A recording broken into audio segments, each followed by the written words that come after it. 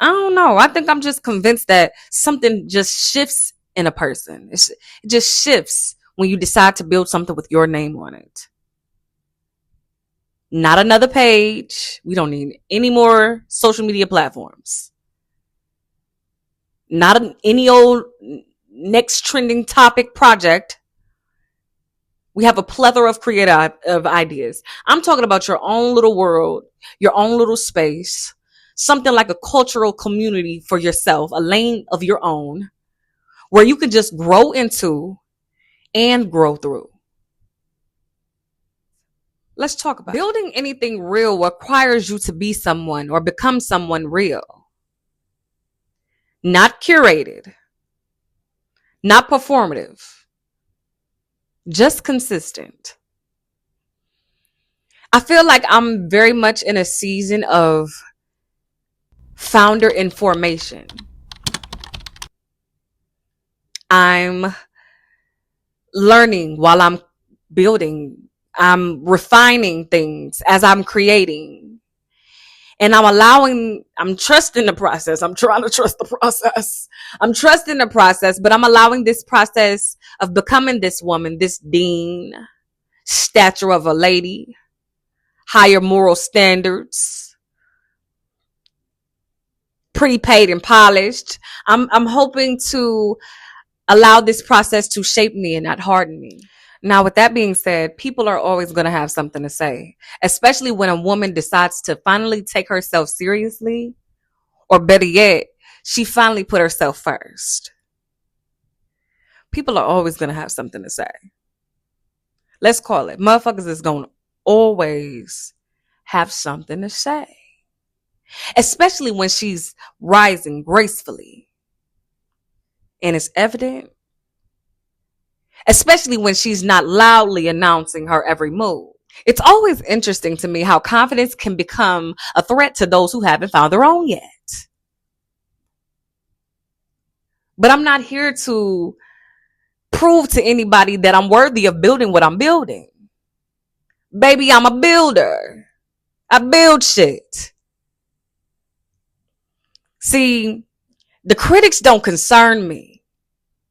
The whispers won't distract me because I'm not building for validation. I'm building for alignment. See, for those who it may concern, to whom it may concern, I was asked a question, and it was actually something that I guess is how you perceive things. Somebody might say, well, what do you do? Somebody may even ask in a context like they trying to be funny. Who are you? What do you do exactly? And I just want to say that a lot of what I do, a lot of what I've been doing for years, for no profit whatsoever. A lot of what I do is in real life, in time. A lot of it is real life connection. I won't even begin to tell you career wise, the path that I've taken this far, 10 years in the game of what I do. Very experienced, very postured up, if anyone was to ever inquire. But when they mention the Dean and Project EI, I just want you to know it's not something that I built and then I stepped into. It wasn't fixed and made up for me.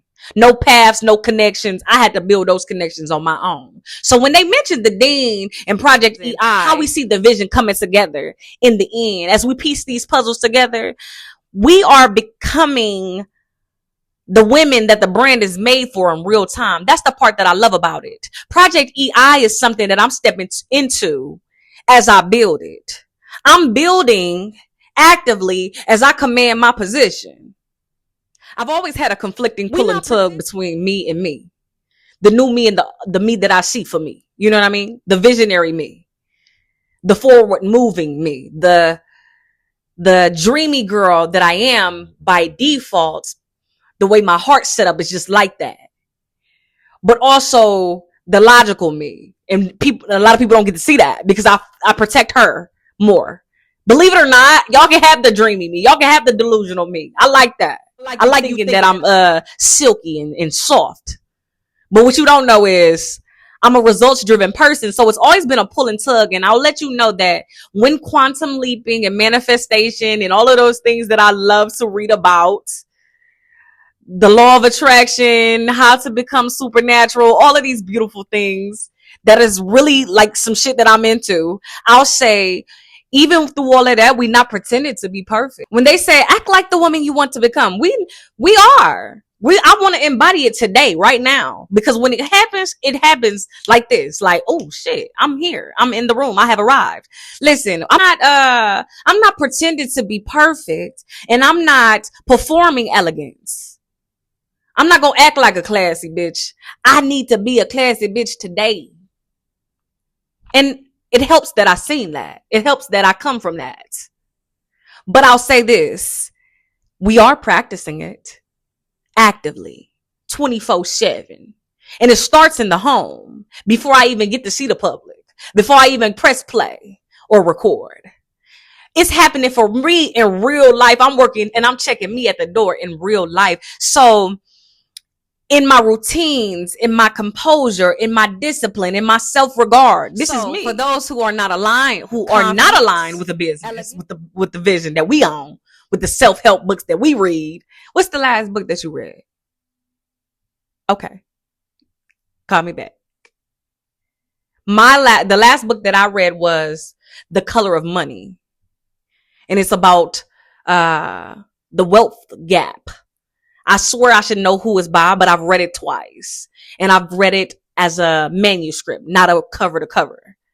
But anyway, when they ask you about the name, make sure you put in confidence and elegance and a little piece of wellness, not trends. Those are foundations that made her say, yeah, we could profit off this. Growth on me looks sexy. And I know that somebody will probably listen to me and watch me because they are intrigued by my love for self. I love me. I have learned to love me because I used to be a people pleaser. But as I grow, my rooms have changed.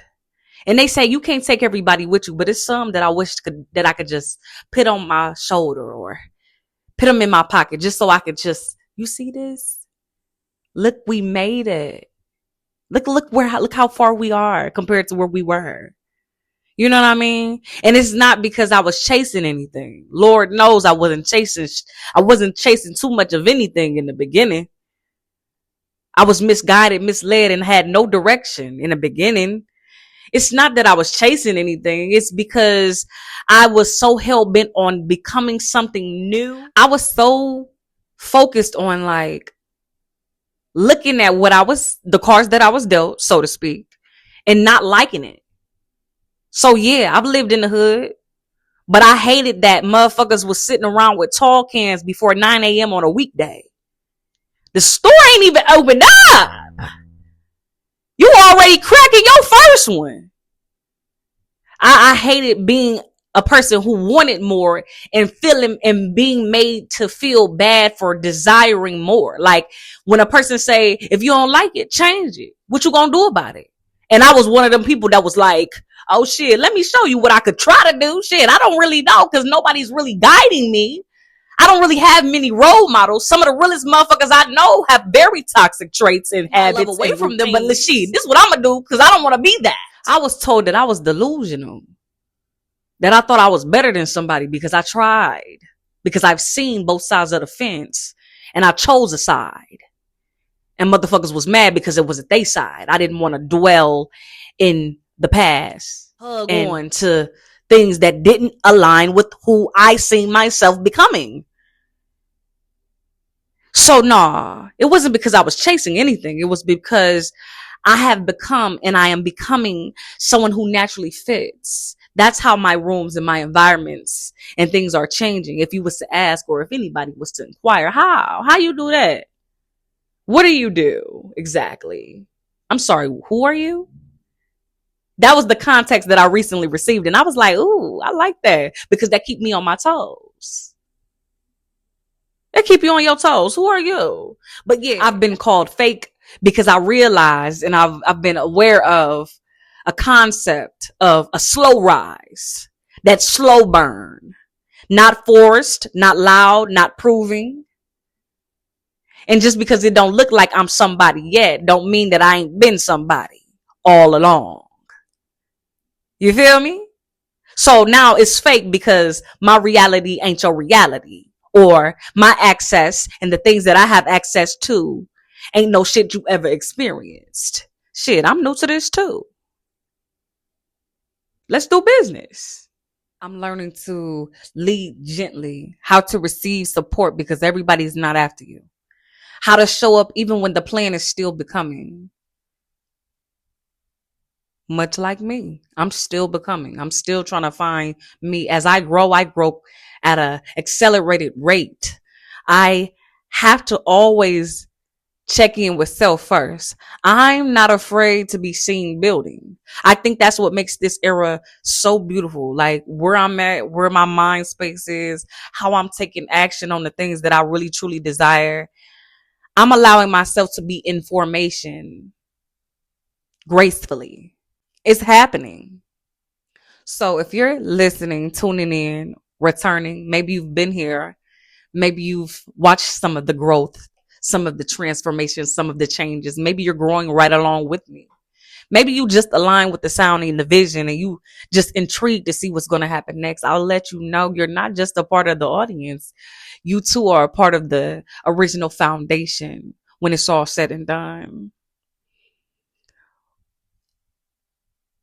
For those who feel like my sound and my journey and my visuals resonate with you in any kind of way, I'll just let you know that as we're building Project EI, we're becoming the women it's meant for. And that's why it's a business. And that's why it's a brand. And that's what makes it an empire of sorts. That's where the building comes in and the rise is already happening. Softly, intentionally, one room at a time. This your girl Chick, aka Gypsy's daughter, aka the beautiful underdog. Most know you have now been tapped in with the Dean again. And I just want to thank you for listening to me chat because you know that's something that I do really well. Every class has a different level of understanding, so I totally understand if anything said here or seen here is not aligned with you. That's okay. This your girl Chick, the Dean, signing off.